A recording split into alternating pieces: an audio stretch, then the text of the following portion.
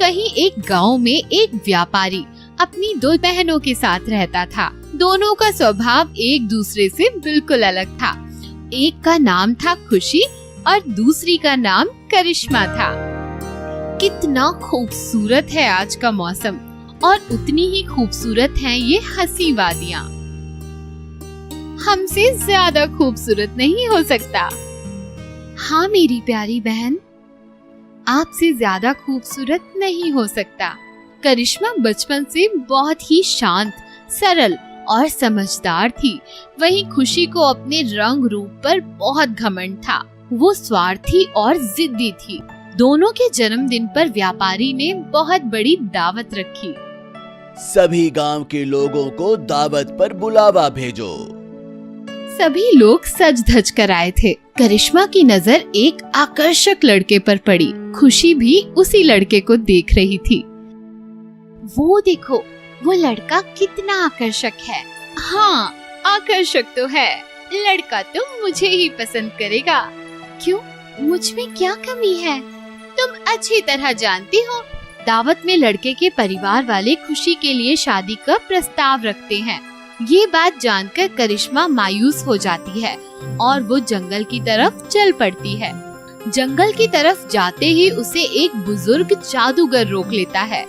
मैं जानता हूँ तुम्हारा मन विचलित है।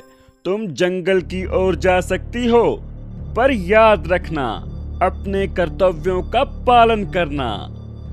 कोई भी काम करो आशावादी आचरण के साथ पूरी मेहनत और ईमानदारी से करो और कभी भी हार मत मानना। करिश्मा, तुम बहुत समझदार हो। मुझे तुम पर पूरा यकीन है। जंगल में थोड़ी दूर जाते ही उसे एक अजीब सी आवाज सुनाई देती है। ध्यान से देखा तो उसे हिलती हुई घास दिखाई देती है जहाँ से आवाज आ रही थी। करिश्मा घास के पास आकर देखती है। अरे ये क्या? खरगोश? तुम शिकंजे में कैसे फंस गए? रुको, मैं तुम्हें शिकंजे से बाहर निकालती हूँ। वाह, कितने खूबसूरत हो तुम, कितने चमक रहे हो। बहुत बहुत शुक्रिया। तुम बोल सकते हो। तुम्हारा दयालु आचरण देखकर मैं बहुत प्रसन्न हूँ। अब तुम आगे बढ़ती जाओ। वो आगे बढ़ती है। उस डरावने जंगल में आगे बढ़ते हुए करिश्मा को डर लगता है। अरे बाप रे, कितना घना जंगल है। आगे जाकर करिश्मा को एक कछुआ एक जाल में फंसा हुआ दिखाई देता है। अरे तुम इस जाल में कैसे फंस गए? कछुआ बहुत कोशिश कर रहा था जाल से निकलने का। शांत रहो, मैं तुम्हें इस जाल से छुड़वाती हूँ। करिश्मा उस जाल से कछुए को बाहर निकालती है। अब तुम आजाद हो। शुक्रिया, तुमने मुझे इस जाल से आजाद करवाकर एक नया जीवन दिया है। हाँ, तुम भी बोल सकते हो। हाँ, तुम बहुत दरिया दिल और निस्वार्थ लड़की हो। अब तुम आगे बढ़ती जाओ। आगे बढ़कर करिश्मा को एक बेजान और सूखा हुआ पेड़ दिखाई देता है। अरे ये पेड़ तो सूख गया है। लगता है इसे पानी की जरूरत है। वो पास की नदी के किनारे जाती है। वहाँ एक घड़ा रखा हुआ था और वहाँ से पानी भरकर पेड़ में पानी डालती है। पानी डालते ही पेड़ में जान आ जाती है। हाँ, ये क्या? अरे ये क्या हो रहा है? धन्यवाद, तुमने मुझे पानी दिया। तुम भी बोल सकते हो। हाँ लड़की, तुम बहुत नेक दिल की हो और तुम्हें किसी भी चीज का लालच नहीं है। तुम्हारा दयालु आचरण देखकर मैं बहुत प्रसन्न हूँ और मैं तुम्हें तोहफे के तौर पर कुछ देना चाहता हूँ। जाओ, वहाँ जो नदी है उसमें एक डुबकी लगाओ। ठीक है, जैसे आपकी आज्ञा। करिश्मा आगे जाकर नदी में डुबकी लगाती है और जैसे ही वो बाहर आती है उसे बहुत अजीब सा महसूस होता है। उसका रंग रूप खुद बदल जाता है। वो बहुत खूबसूरत हो जाती है। ये देखिए, ये देखिए, ये सब कैसे? ये तुम्हारे कर्मों का फल है। मेरा सौभाग्य है कि मुझे आपके दर्शन हुए। मैं ये नहीं जानती कि ये सब कैसे हुआ, लेकिन मैं बहुत खुश हूँ। हमेशा खुश रहो बेटा। मेरी एक सूखी टहनी तोड़ो। जैसे ही करिश्मा टहनी तोड़ती है, वो टहनी एक अंगूठी में बदल जाती है। तुम्हें जब भी कोई दुख हो या मन चिंता से घिर जाए, तो इस अंगूठी को चूम लेना। फिर तुम्हारी सारी चिंता दूर हो जाएगी। वापस आते वक्त करिश्मा को वही जादुई कछुआ दिखता है। कछुआ ऊपर से लेकर नीचे तक हीरे की तरह चमक रहा था। वाह, कितने खूबसूरत हो तुम। तुम बहुत समझदार लड़की हो। मेरा ये मोती अपने पास रखो। तुम्हें जब भी मदद की जरूरत हो, तो इस मोती को अपने हाथ में पकड़कर मुझे याद करना। करिश्मा थोड़ी आगे बढ़ती है तो उसे खरगोश मिलता है। अरे, तुम तो बिल्कुल ठीक हो गए। हाँ, मैं स्वस्थ हूँ। तुम्हारी उदारता और दया से भरा मन देखकर मैं प्रसन्न हो गया हूँ। मैं तो बस अपने कर्तव्यों का पालन कर रही थी। तुम कभी किसी भी मुसीबत में फंस जाओ तो मुझे आवाज लगाना। मैं तुम्हारी मदद के लिए आ जाऊंगा। करिश्मा आगे चलती जाती है। रास्ते में उसे वो पंडित जी मिलते हैं। करिश्मा, तुम्हारे स्वभाव को देखकर उन्होंने तुम पर उपकार किया है, जो जीवन भर तुम्हारे काम आएगा। करिश्मा अपने घर वापस आ जाती है। करिश्मा, तुम इतनी खूबसूरत कैसे हो गई और कहाँ चली गई थी? और ये सब क्या है? एक पंडित ने मुझे जंगल भेजा था। खुशी के मन में लालच आ जाता है। वो सीधे जाकर पंडित जी से मिलती है। करिश्मा मायूस थी, इसलिए उसे जंगल में भेजा था। तुम्हें इससे कोई परेशानी तो नहीं है? नहीं, मैं भी जंगल जाना चाहती हूँ। ठीक है, तुम जाना चाहती हो तो जाओ, लेकिन जो भी काम करना पूरी ईमानदारी से करना। खुशी जंगल जाती है। उसे भी खरगोश मिलता है। मेरी मदद करो, कोई मेरी मदद करो। मैं यहाँ वक्त बर्बाद नहीं करना चाहती हूँ। मुझे जल्द से जल्द और भी खूबसूरत बनना है। वो उसे अनदेखा करके आगे बढ़ जाती है। खुशी आगे जाकर कछुए को जाल में फंसा हुआ देखती है, पर वो उसे भी अनदेखा कर देती है। आगे जाकर उसे सूखा हुआ जादुई पेड़ दिखता है। तुम वही पेड़ हो ना जिसने मेरी बहन को पानी में डुबकी लगाने के लिए कहा था? मुझे भी बताओ, कहाँ है वो नदी?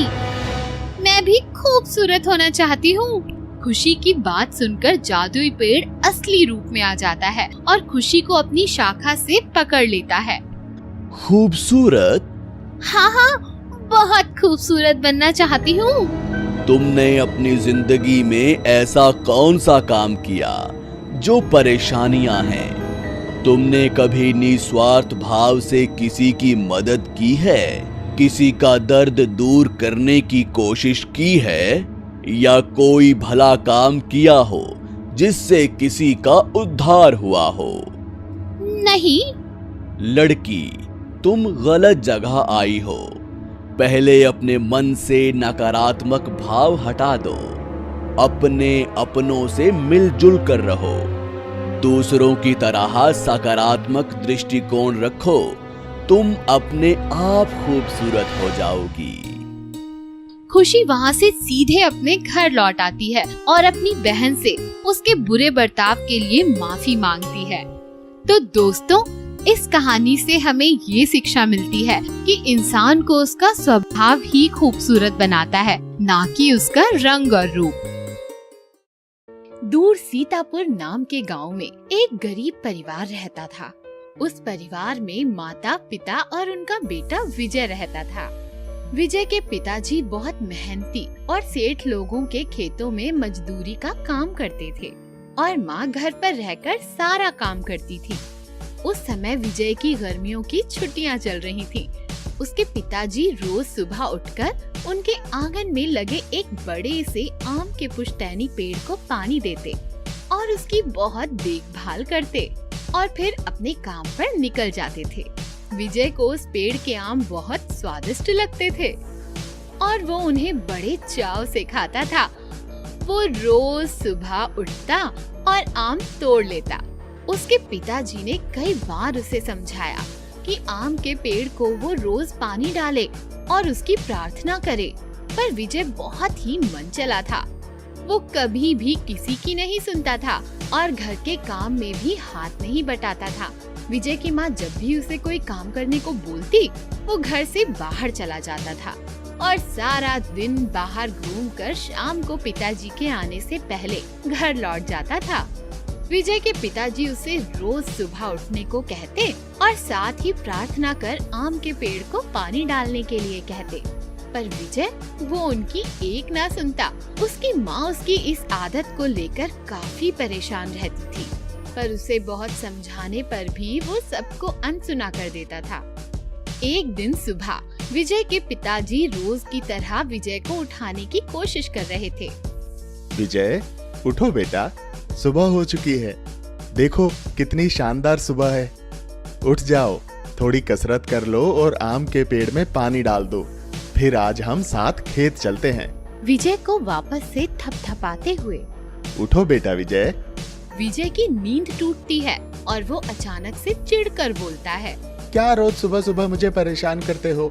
मुझे नहीं करनी कसरत, नहीं डालना पानी और मुझे खेत भी नहीं जाना। आप मेरी रोज बस नींद खराब करते हो। बेटा विजय, वो हमारा पुश्तैनी पेड़ है। कई सालों से हमारे घर के आंगन में है और उस पे लगे आम काफी खास हैं। वो आम बाकी आमों की तरह ही है। मैं पुश्तैनी चीजों और उस आम के पेड़ से प्रार्थना करने में कोई विश्वास नहीं रखता। विजय वहाँ से उठकर बहुत गुस्से में घर के बाहर निकल जाता है। उसके पिताजी उसका ये स्वभाव देखकर बहुत दुखी हो जाते हैं और उसकी माँ से कहते हैं, ये हमारी बात क्यों नहीं मानता? क्या मैं कुछ गलत कहता हूँ मालती? अगर अभी से विजय ऐसे ही आलसी रहेगा तो वो आगे जाकर क्या करेगा? मैं कुछ सोचकर ही उससे कुछ करने को बोलता हूँ। मैं आपकी चिंता समझ सकती हूँ और मुझे भी यही डर लगता रहता है। विजय जैसे जैसे बड़ा हो रहा है वो बिल्कुल भी हमारी बात नहीं मानता है। मैं बूढ़ा होता जा रहा हूँ, वो कब समझदार बनेगा? सही और गलत की पहचान उसे ही करनी होगी। और फिर वो अपना सामान लेकर खेत की ओर निकल जाता है। उसी रात विजय के पिताजी की तबीयत काफी बिगड़ जाती है।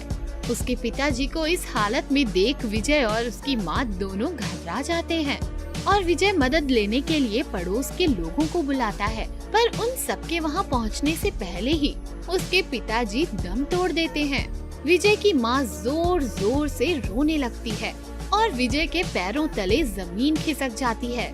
उसका शरीर एकदम सुन्न पड़ जाता है और कई दिनों तक वो सदमे में रहता है। धीरे धीरे वो लोग और गरीब होने लगते हैं और विजय की माँ काम की तलाश में घर घर घूमने लगती हैं और वो ये देखकर बहुत जोर जोर से अकेले में रोता है। वो घर पहुँचता है और अपनी माँ के पैर छूकर उनसे माफी मांगता है। मुझे माफ कर दो माँ, मैं बहुत शर्मिंदा हूँ। तुम्हें कहीं जाने की जरूरत नहीं। आज से मैं बहुत मेहनत करूँगा और आपका ध्यान भी रखूंगा माँ।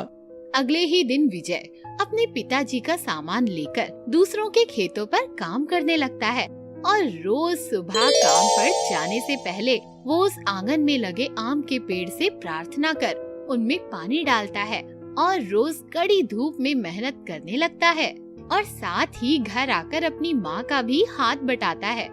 धीरे धीरे वो पूरा घर संभालने लगता है और ऐसे ही दिन गुजरने लगते हैं। अब विजय और मन लगाकर काम करने लगता है।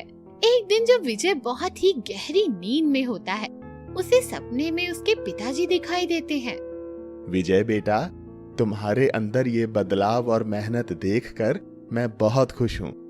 मैं काफी दुखी हूँ कि मैं जाते जाते तुम्हें कुछ दे न सका, पर मेरे पास तुम्हारे लिए एक खास चीज है। याद है ना हमारे आंगन का आम का पेड़?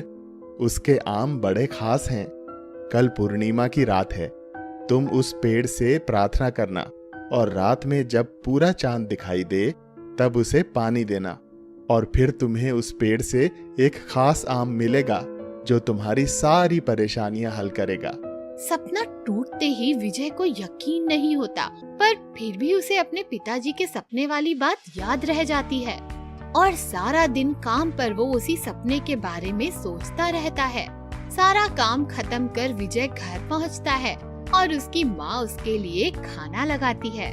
विजय थाली में खीर पूड़ी देखकर बहुत खुश होता है।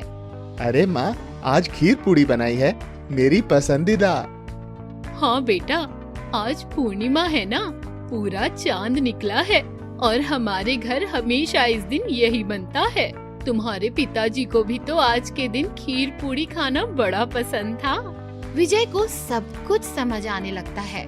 शायद उसके पिताजी सच बोल रहे हों और वो यही सोचकर रात में जब उसकी माँ सो जाती है, विजय उस पेड़ के पास जाता है और उसे पानी डालकर हाथ जोड़कर प्रार्थना करता है और अपने पिताजी की कही बातों को याद करता है।